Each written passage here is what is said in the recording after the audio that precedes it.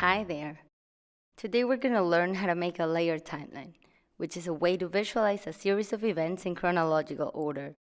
The layers add another dimension to the classic timeline by allowing multiple happenings to overlap. Highlights can also be added in the way of milestones to identify specific points in time. You can use a layered timeline to plan a project, a roadmap, visualize the development cycle of a product, or even portray certain moments in history. We are going to create this timeline with Vislo, which is a powerful and easy-to-use tool for making professional-looking graphics within seconds. Let's get started.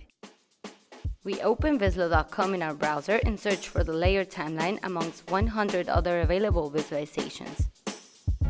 We can begin by customizing the look of our chart, choosing from a selection of predetermined themes, or if you're feeling creative, you can create your own. You even have the option to upload a company logo. Editing elements on the chart is easy. To add text, for instance, simply click on the element in hand and start typing.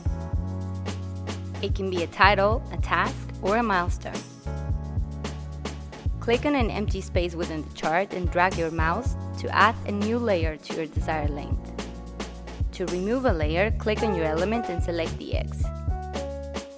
We can also adjust the height of the individual layers by selecting the area towards the top of each element and dragging up or down to signalize priority or narrative.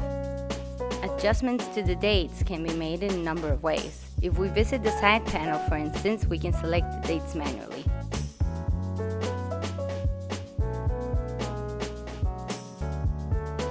Or we can use the help of the integrated calendar.